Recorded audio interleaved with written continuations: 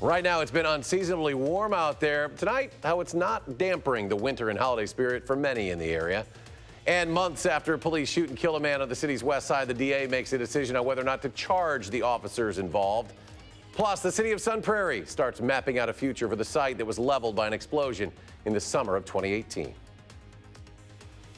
From the Channel3000.com Alert Center, this is News 3 Now at 10.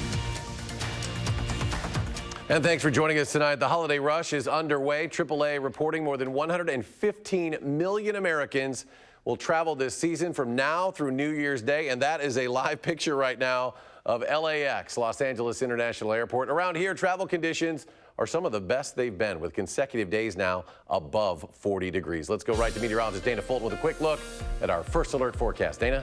The Beltline looks nothing like that right now. We do have great travel conditions, whether you're hitting the road or you have folks driving up to you to visit. The weather's really going to be mild. Dry skies, so some clouds are going to build right on in.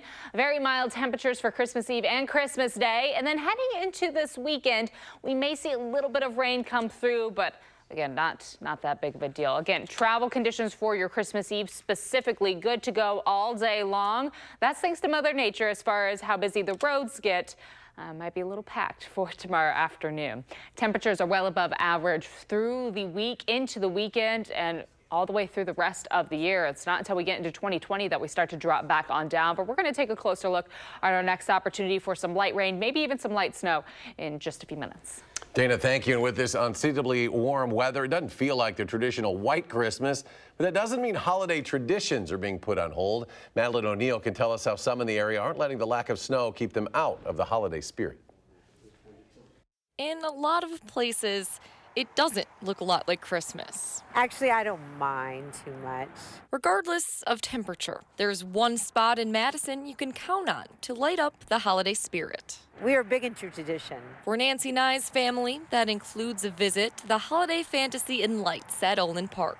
My son just arrived and we picked him up at the bus. We're on the way home and I knew the lights would be shiny. It gets us through the cold.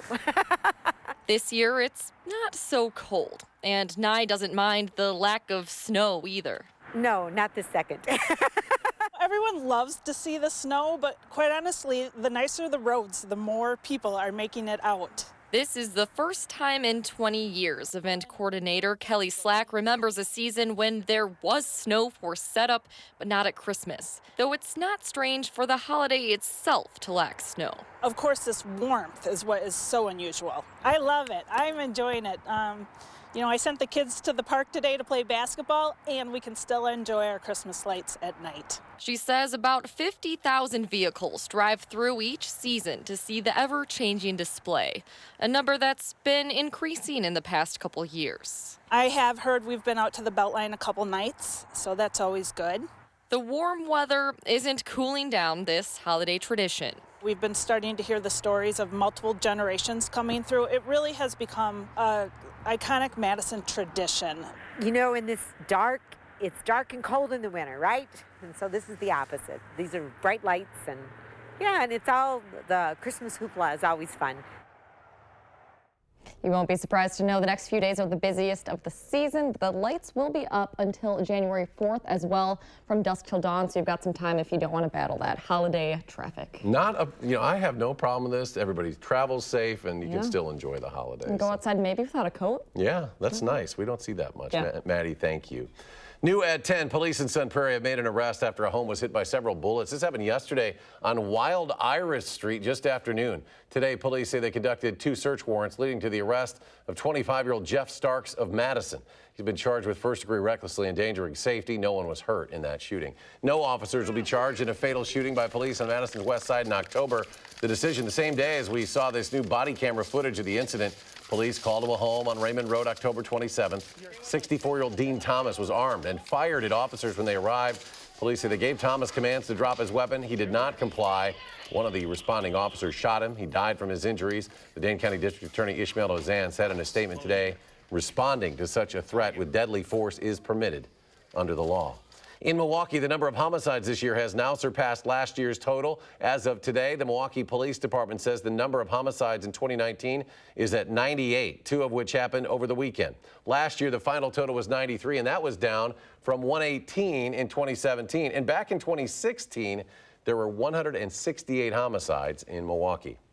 The city of Sun Prairie is looking at possible plans to redevelop the area of land destroyed by that explosion in July of 2018. Working with consultants from the Lakota Group, they've produced multiple concepts, many of which include elements such as mixed-use buildings, a boutique hotel, a festival street, which would be a space where the city could hold street fairs. Sun Prairie Mayor Paul Esser says they'd like to add to the Main Street area while keeping the aesthetic of the older buildings the same.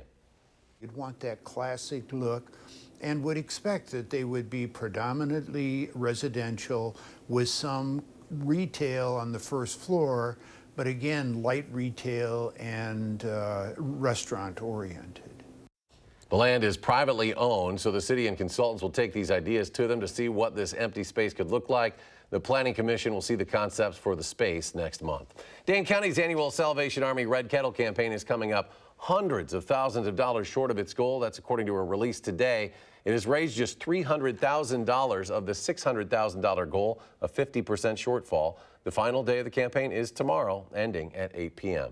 A Milwaukee County Transit System bus driver who found 2 lost dogs got to meet their owners today. On December 18th, driver Jamie Grabowski had just finished her shift when around midnight she saw 2 dogs running in and out of the street. The family who lost the dogs say they let them outside, not knowing that a gate in their yard was open. So Grabowski got the dogs onto the bus, took them for a bit of a ride, contacted authorities, and they were later reunited with their owners. When the 2 dogs were found, they were 2.5 miles from home. A local state representative wants to eliminate the sales and use tax on diapers and tampons. The Dane County Diaper Bank has been pushing for a bill like this for almost a year now. The National Diaper Bank Network says diapers can cost a family $70 to $80 a month per baby, leaving 1 in 3 families struggling to provide clean diapers for their children. Some nonprofits step in to help. The Dane County Diaper Bank gives away about 10,000 diapers a month, which is just a small fraction of the need. We think it's really critical to help people save money wherever they can, even if it's pennies on the dollar when they're purchasing diapers. We think that a small change could go a long way for the families that we serve. The bill would also remove the sales and use tax from tampons, sanitary napkins, and undergarments for incontinence.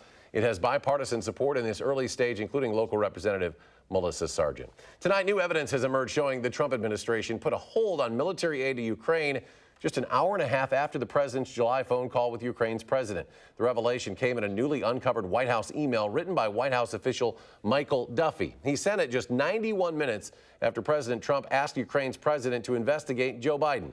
Duffy also said to keep quiet about it because of the sensitive nature of the request. The White House says the timing is a coincidence, but Senate Minority Leader Chuck Schumer wants to hear from Duffy and says the White House should turn over all documents related to Ukraine. After a year of tragedy and turmoil, Boeing's CEO is stepping down. The company's board of directors made that call last night, asking for and receiving Dennis Muhlenberg's immediate resignation, calling it, quote, necessary to restore confidence in the company. There's been mounting calls for his ouster as Boeing's problems stemming from 2 fatal 737 MAX crashes piled up. Still ahead tonight, your extended first alert forecast, including a chance for a little bit of rain on Christmas Day. We'll tell you about it. But first, navigating and dealing with grief this holiday season. Our Leah Linscheid with a very personal story. Next at 10.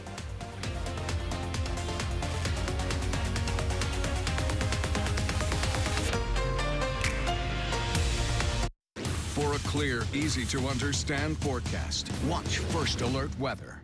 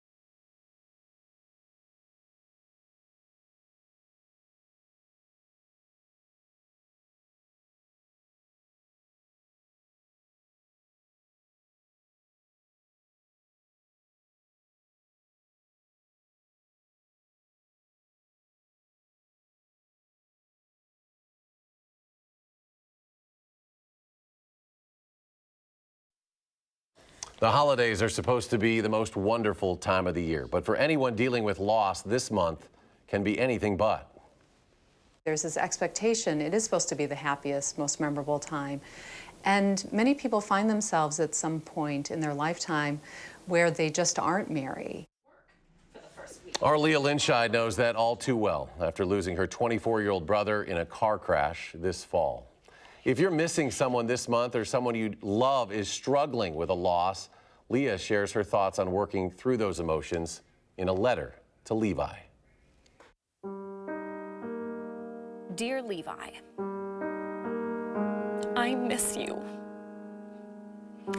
I don't get to tell you that very much these days. Every morning I wake up, I put on a smile and I deliver the news. I don't get to talk about you or about my broken heart. Sometimes I'm ashamed to say, I pretend I never lost you, just so I can get through the day. But we did lose you. We were devastated when the sheriff told us about your car crash and when Mom and Dad had to bury their only son. 2 months later, as we approach our first Christmas without you, your absence seems to be growing louder. This is how I will navigate my grief without you this December. The experts say I have to acknowledge my loss. I can't just sweep it under the rug. So I will talk about our memories and about how much I miss you during our annual holiday traditions. Like when we pick out our Christmas tree. Every year we'd go with Mom and Dad. Look how thick it is. You can't even see in the middle of it. Oh my goodness. You always had the honor of cutting it Who down. brought the saw? Nobody brought the saw. What did you do with the saw? Do you remember that one year you picked a tree with a crooked trunk? None of us noticed until it fell over in the living room. I love that memory. This season, I will also reach out for support because I know we're not alone in missing you. We are blessed to have a big family who will take care of us, who misses you too. And lately you've made that family a little bigger. People have come from all over Southwest Wisconsin to tell us about how you changed their life. In the gym. I remember the first time we ever met. As a personal trainer. And I had her do, I think it was 2 or 3 burpees, shot carry. And out of the gym too.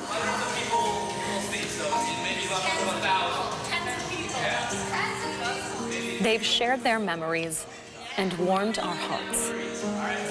1, 2, 3. I know this big extended family will keep your memory alive. That's how they'll find healing as well. They even came up with a saying. Because that's what you taught all of us to do. That's what I will try to do this Christmas. Find meaning in our loss. I know there is some good we can still do because of what we've been through. I will find healing in living like you. I have always been so proud of you, my little brother. Levi Linscheid, you sound right and caught the name. And all of your accomplishments. Jump. I'm still proud of you. I hope you know that. I will continue to wake up every morning missing you, especially this Christmas. Even though it hurts, I will still smile through our newscast. I will go home to Highland for the holidays to hold our parents without you. We won't ever forget you. We won't stop talking about you. And you will always inspire us to live like Levi. Love, your big sister.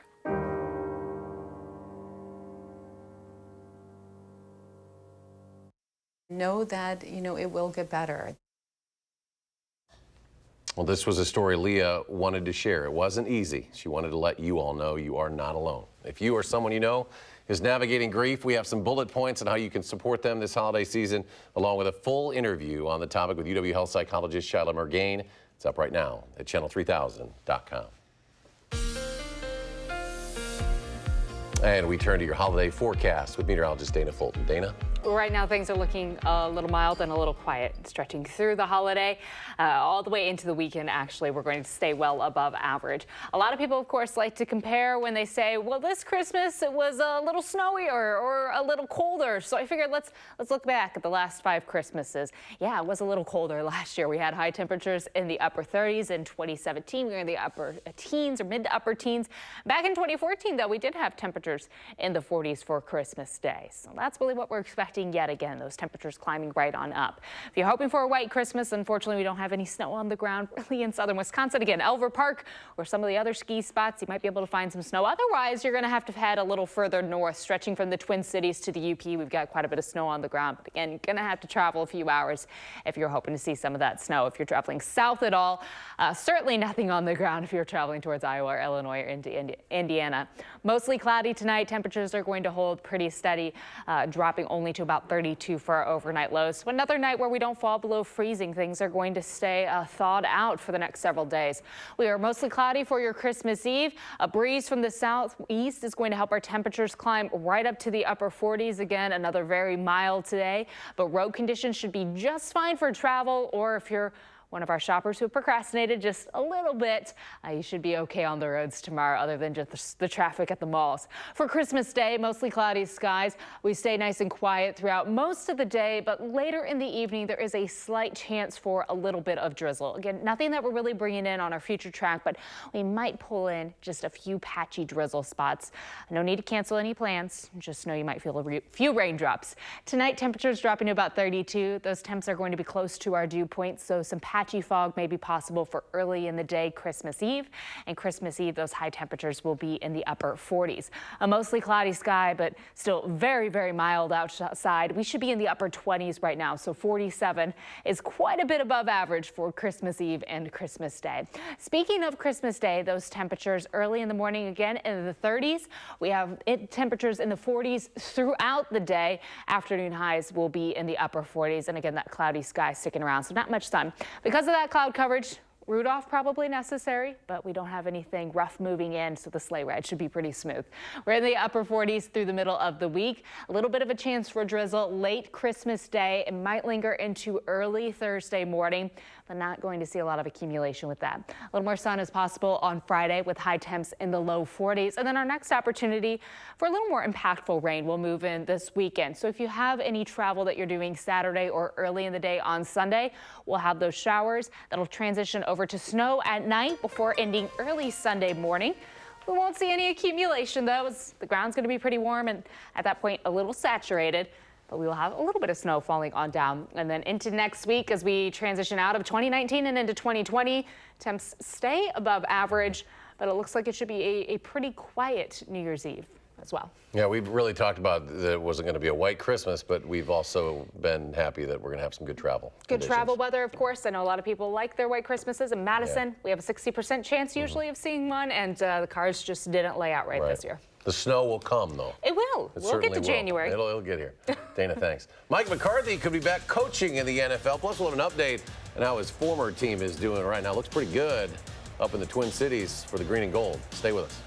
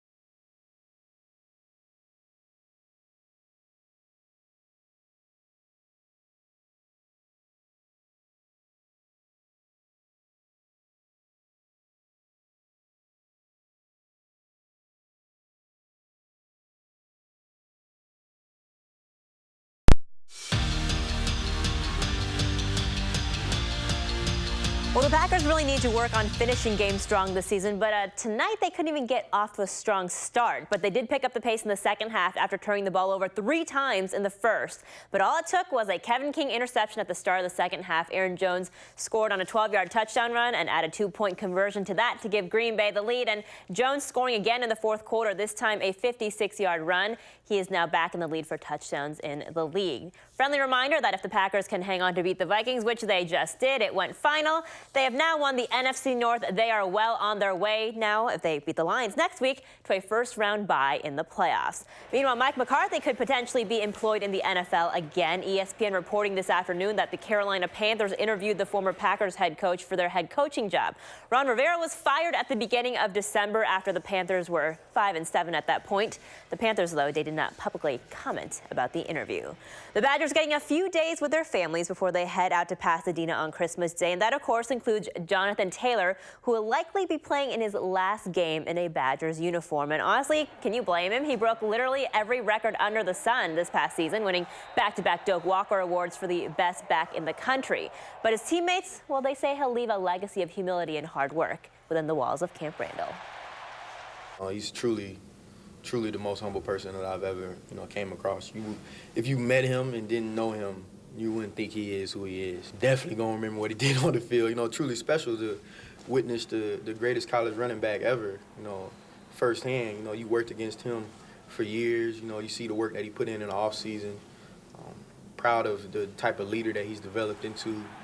His work always spoke for itself. Having an honor to play with him in his last game. I mean, I get to come out of here saying that I got to play with one of the greatest running backs of all time in college football. So, yeah, what's better than that?